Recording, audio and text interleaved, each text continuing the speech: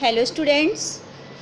तो जैसा कि हमारा चल रहा था क्रम में फादर कामिल बुल्के का, तो आज हम उसको अपना कंटिन्यू करते हुए आगे बढ़ते हैं।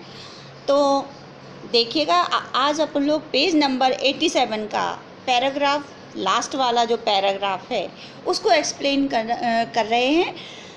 तो आज वह नहीं है, दिल्ली में बीमार रहे और पता नहीं चला। बाहें खोलकर इस बार उन्होंने गले नहीं लगाया। जब देखा तब वे बाहें दोनों हाथों की सूजी उंगलियों को उलझाए ताबूत में जिस्म पर पड़ी थी। जो शांति बरसती थी वह चेहरे पर स्थिर थी, तरलता जम गई थी। वह 18 अगस्त 1982 की सुबह 10 बजे का समय था। दिल्ली में कश्मीरी गेट के निकलसन कब्रगाह में उनका ताबूत एक छोटी सी नीली गाड़ी में से उतारा गया।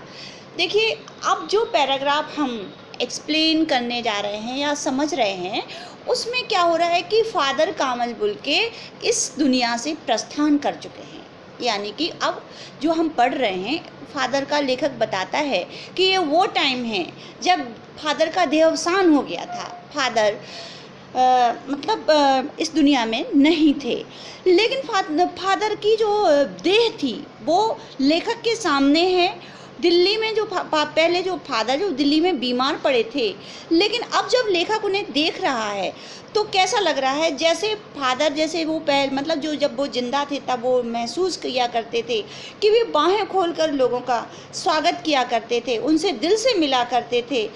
लेकिन आज वो सूजी हुई उंगलियां आपस में उलझी हुई और ताबूत पे जो उनका मृत जिस्म पड़ा था उसमें उलझी हुई उंगलियां पड़ी हुई थी। आज फादर बाहें खोलकर, ये कहने का मतलब ये है कि बाहें खोलकर फादर आज चेतन अवस्था में नहीं थे और उलझी हुई उंगलियां और फादर का मृत शरीर ये दिखा रहा, ये हमें बता रहा है लेखक कि फादर इस दुनिया में नहीं है। नहीं तो फादर बाहें खोलकर स्वागत के लिए आतुर लोगों से दौड़ के आया करते थे। ये लेखक अपना दुख व्यक्त करता है। दूसरी बात, जब उनका चेहरा देखता है, मृत शरीर का जो चेहरा है, वो कहता है कि शांति उनके चेहरे पर बरस रही थी। शांति थी जो जीवन भर चिर जीवन जो उनके चेहरे पे एक अटूट शांति रही, वो आज स्थिर थी। यानी कि जो शांति का, जो चेहरे पे जो शांति का भाव होता है, लेखक आज भी महसूस कर रहा था कि उनके चेहरे पर वो स्थायी विराजमान है, हमेशा के लिए है। आज भी मृत्यु उपरांत भी वो भाव उनके चेहरे पर स्थिर रूप में था। ठीक है, तरलता जम गई थी। और जो उनकी ये तरलता जम गई जो वर्ड आया है, वो लेखक कहता है कि हृदय की गति या इसका स्पंदन रुक जाने के कारण जो हृदयागत जो गुण हैं, करुणा, प्रेम और हृदय की कोमलता, आज क्या था, आज स्थिर हो गई थी। हृदय, चूँकि फादर का जो शरीर था आज कैसा था, अचेतन रूप में था, चेतन नहीं था।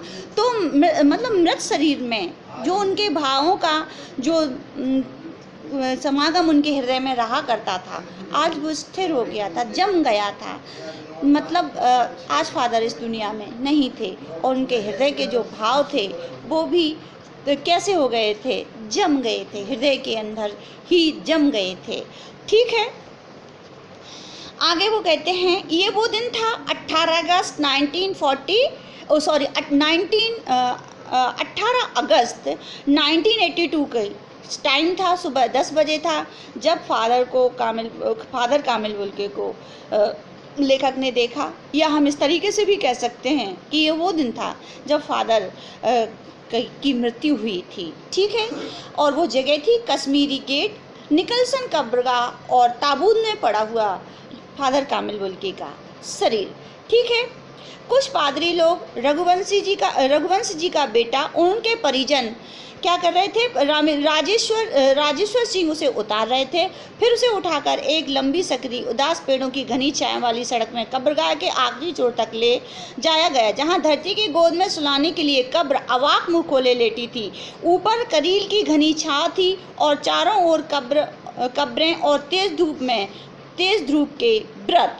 जिनेंद्र कुमार, विजेंद्र कुमार स्नातक, अजीत कुमार, डॉक्टर निर्मला जैन और मसीही समुदाय के लोग पादरीगण, उनके बीच में गैरिक बसंत पहने इलाहाबाद के प्रसिद्ध विज्ञान शिक्षक डॉक्टर सत्यप्रकाश और डॉक्टर रघुवंश भी, जो अकेले उस सक्रिय सड़क की ठंडी उदासी में बहुत पहले से खामोश दुख के किन्हीं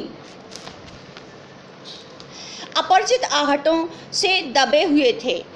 लेखक कहता है कि बहुत सारे नामी ग्रामी लोग जो फादर की जो अंतिम जो उनकी विदाई थी उसमें अपनी उपस्थिति दर्ज करा रहे थे।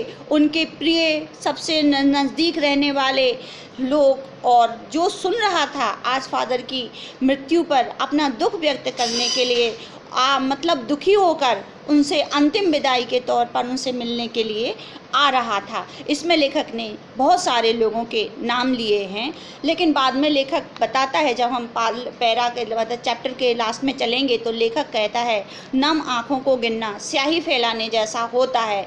इसके कहने का मतलब अभी से हम आपको समझाने, इसका मतलब ये है कि मतलब इतने लोग उपस्थित हुए थे और सबके दिल में सिर्फ एक ही दुख था, आंखें नम थी दुख से, फादर के जाने का दुख सभी के दिलों में था। लेकिन इतने असंख्य मतलब जिनका कोई